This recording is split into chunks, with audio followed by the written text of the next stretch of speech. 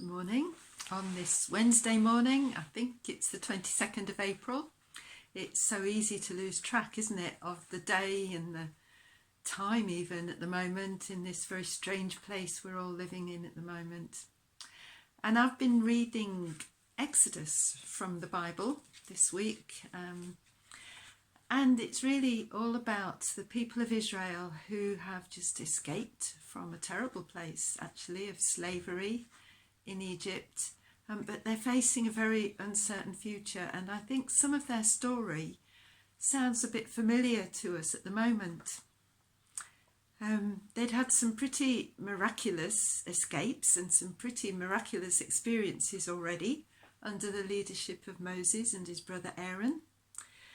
But they're now in even more danger as they face an uncertain future with little idea of the way forward. Their security and their material provision is all but gone. They don't know where their next meal's coming from. They certainly don't know the route and the way through this desert that's facing them at the moment, this wilderness. And they're very tempted to look back and long for how things were. In fact, they were grumbling, they were wishing they were back in the place they knew, even though it was really harsh and not easy. Looking back and longing for how things were seemed a really attractive option for them.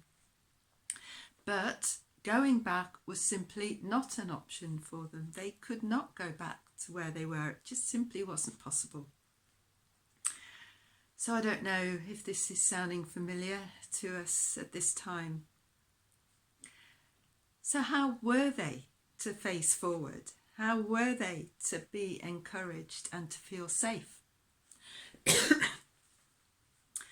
One little sentence spoke really loudly and spoke volumes to me as I was reading this story. And it's from Exodus chapter 16, verse 10, where it says, the people looked forward towards the desert, and there was the glory of the Lord appearing in the cloud. They had to look towards the desert. They couldn't look backwards to how things were anymore.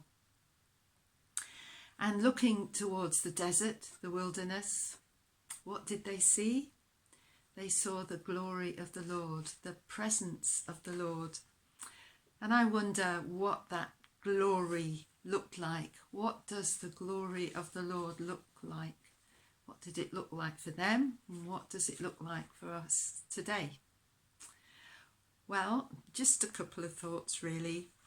Firstly, they could only see the glory of the Lord as they looked towards the desert, facing their fears, their unknown future, their uncertainties.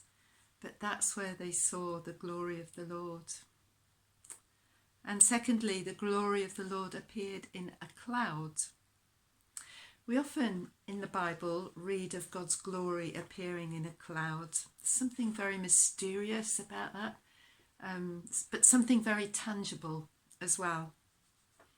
Something very comforting and reassuring that he really is there, travelling with us. There's no doubt you can see that he's there. Although I have to confess sometimes doubt does come into our journey, of course it does. And there's something, the mysteriousness of the cloud and the presence and the glory of the Lord is something in a way quite special. Because God is in some ways so very knowable. Through Jesus Christ, and yet in other ways beyond our knowing, and questions and doubts of course emerge from time to time. So the cloud symbolises, I think, all of that. We may not choose, of course, to walk through a desert place. Who would choose to walk willingly into a wilderness with all the dangers and uncertainties that would involve? But we can choose to trust our God, who is present and walking with us. He would never leave us or forsake us, and he promises to provide for our needs, even in the dark wilderness places. Let me read the next couple of verses following on from the one about looking towards the desert and seeing the glory of the Lord. It says, at twilight in the evening you will eat meat, and in the morning you will be filled with bread. Then you will know that I am the Lord your God. And that very evening quail came and covered the camp. And in the morning there was a layer of dew around the camp. And when the dew was gone, thin flakes like frost on the ground appeared on the desert floor. When the Israelites saw it, they said to each other, what is it? For they didn't know what it was. Part of that mystery again. And Moses said to them, it is the bread that the Lord has given you to eat. This is what the Lord's commanded. Everyone is to gather as much as they need. Not more, not less, but as much as they need. God's provision in the desert, in the wilderness. Very reassuring, and I hope that's just a little message for us today as we continue to face this wilderness, this desert that we're in through this time. And may we grow to trust him more as we journey onwards, forwards. I'm going to leave us with a little picture, just a picture of one expression of glory in the clouds. We've seen some beautiful skies this last few weeks, haven't we?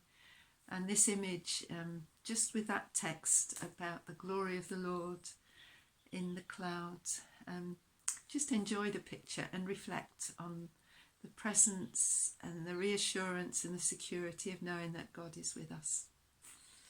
Bless you today, and peace be with you.